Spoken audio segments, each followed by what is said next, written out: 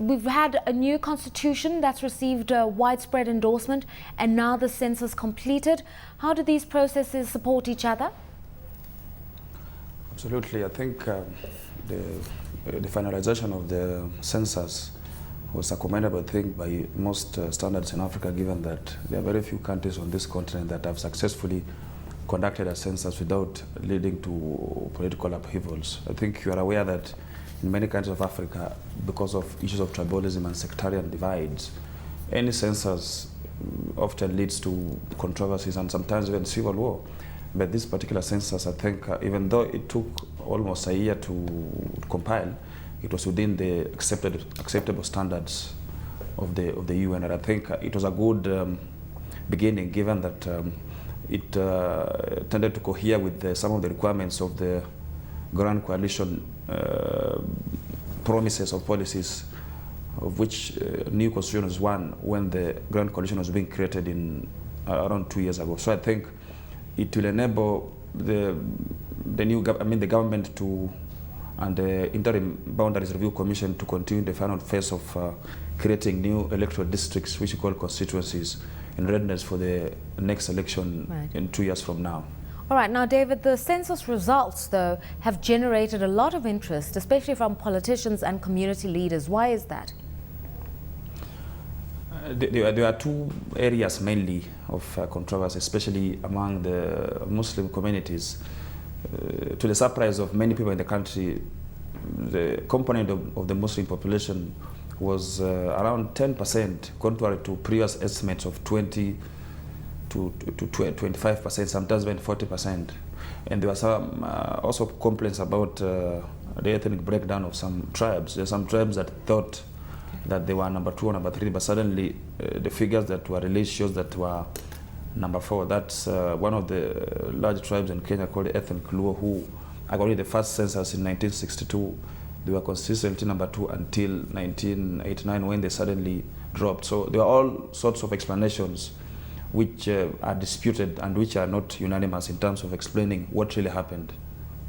All right, now there's also clarity on the population size, regional demographics, potential voters.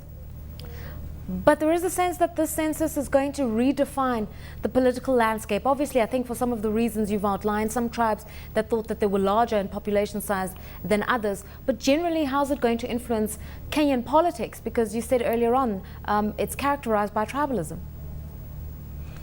Yes, but there's one aspect that will lead to a reconfiguration of the political landscape, given that from these figures, the Interim Boundaries Review Commission will now be able to redraw electoral boundaries and equalize the vote across the country. And definitely, areas with large population are going to be able to get more constituencies out of the 80 that are expected to be created for the lower house. And in this particular case, we have got particular clusters of population in the central part of the Kenya, of the country, and the western part, which are likely to get perhaps a half or more than almost 2/3 of the new constituency. So in terms of controlling the lower house, you'll find that the areas with the higher concentration of population, they'll get more votes.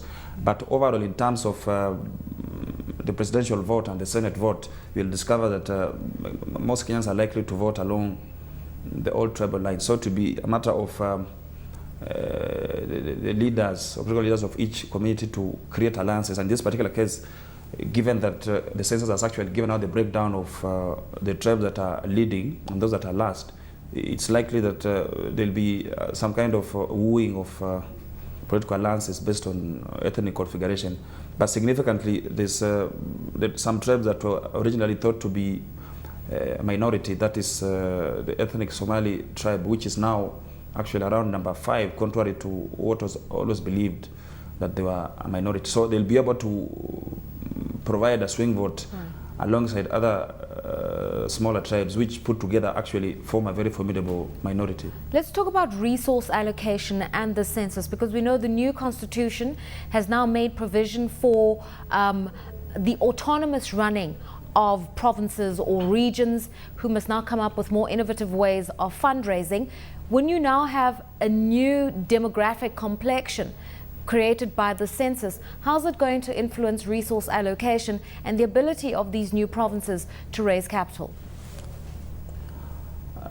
There's already a formula for allocating some of these devolved funds. There's a formula in this country where about 2.5% of ordinary revenue from the exchequer is actually divided on an equitable basis among the 210 constituencies. So I think the same formula will be applied in the sharing of the 15% of the ordinary revenue that will go to the 47 regions of the country. So I think from that point of view, definitely those areas that have got a larger population, there's likelihood that they might get more money, but there's also a likelihood that those areas that are marginalized and are very large, they'll also be able to get amount of money consumer to their demands and even the standards of communication and the size of the area. So I think if you go by current formula that has been used to divide money for the constituents on the constituents that are already existing, I think the formula may not vary very much. Okay, thanks so much for your time, David Ochami, who's a senior parliamentary reporter at the East African Standard. Thank you very much for talking to us about the newly completed census. Here's the situation. Kenya's government is expecting growth to be in the region of 4.5%, even 5%. They're quite bullish about it. The economy has recovered significantly post the electoral violence that's led to all these reforms that we're talking about. For an investor looking into Kenya as they prepare for these elections in 2012, step by step, a new constitution, a new census. Are these encouraging signs? Well, I think, as you say, when there's a change in the political landscape, the issue from an investor point of view is to see if there's stability and the impact that will have. And I think you saw sort of post the electoral violence that they had, obviously not good for investor sentiment, not good for attracting foreign inflows of money. There are a lot of initiatives happening up in East Africa at the moment in terms of trade agreements that they have, in terms of an open architecture, if you would like to call it, that will allow this growth to take place. And obviously the stability is key to that. So it'll be very interesting to see what comes from this, but I think that would be the thing that investors look for. Does this destabilize things, or does it actually help them to continue to grow?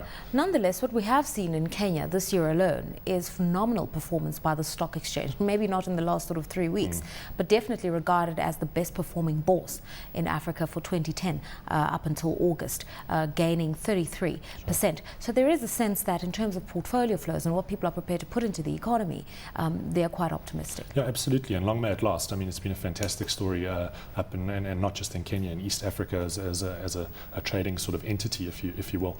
So hopefully it does continue. I think people will look at the stability issue and see what the outcome of this is. But there's no reason to panic. But it's a census, and hopefully it just remains stable. All right, thanks a lot for your input there.